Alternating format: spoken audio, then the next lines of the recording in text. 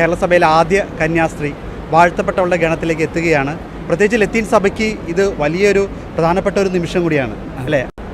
എന്ത് തോന്നുന്നു വെച്ചാൽ ഇപ്പോൾ എങ്ങനെയാണ് ഒരുക്കങ്ങൾ ഇതുമായി ബന്ധപ്പെട്ട് നടന്നുകൊണ്ടിരിക്കുന്നത്?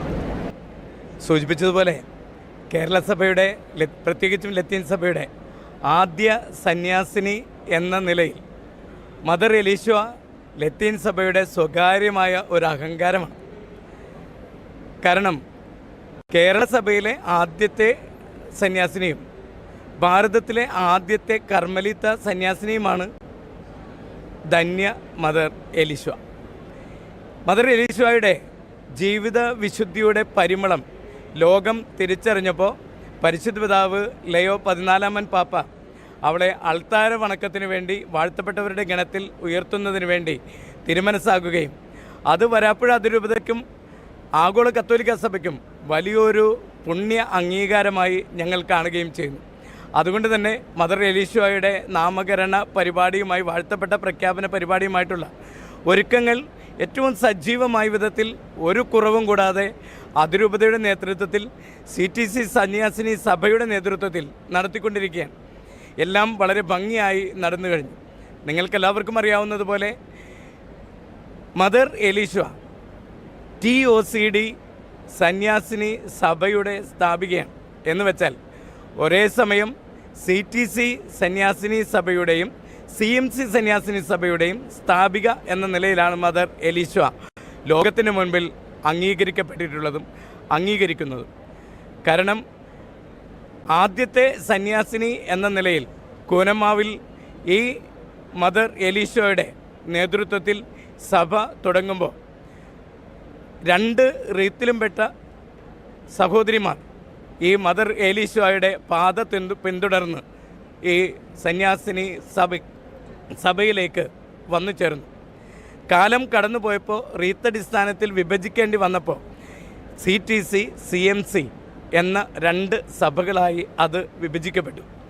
ഇന്ന് CTC സഭയുടെ നേതൃത്വത്തിൽ ഈ ആഘോഷ പരിപാടികൾ വളരെ ഭംഗിയായി നടക്കുന്നു. CMC സന്യാസിനി സഭയും അതിൻ്റെ എല്ലാവിധത്തിലുള്ള സഹകരണങ്ങളും നൽകിക്കൊണ്ടിരിക്കുന്നു. ഭാരത സഭയുടെ ആഗോള കത്തോലിക്ക സഭയ്ക്കുള്ള ഒരു വലിയ സമ്മാനമാണ് ഈ മദർ എലീശ്വ. ഇന്നത്തെ തിരുക്കർമ്മങ്ങളെല്ലാം എപ്രകാരമായിരിക്കും? ഇന്ന് 4:30 പെനാങ് രൂപതയുടെ അധ്യക്ഷനും അത്യുന്നത കർദിനാളുമായ സെബാസ്റ്റ്യൻ ഫ്രാൻസിസ് പിതാവിൻ്റെ മുഖ്യ കാർമ്മികത്വത്തിൽ തിരുക്കർമ്മങ്ങൾ ആരംഭിക്കും.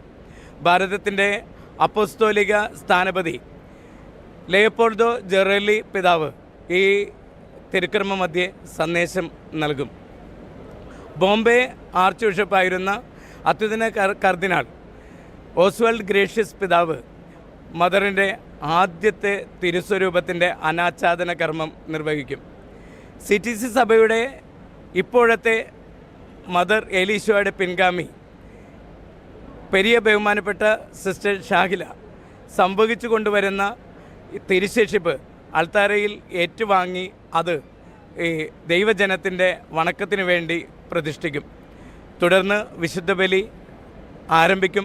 വിശുദ്ധ ബലിയുടെ ഒടുവിൽ മദറിൻ്റെ തിരുസ്വരൂപം ഇവിടെ നിന്ന് ഈ അൾത്താരയിൽ നിന്ന് ബസിലിക്ക ദേവാലയത്തിൻ്റെ അൾത്താരയിലേക്ക് കൊണ്ടുപോവുകയും അവിടെ അൾത്താര വണക്കത്തിന് വേണ്ടി പ്രതിഷ്ഠിക്കുകയും ചെയ്യും.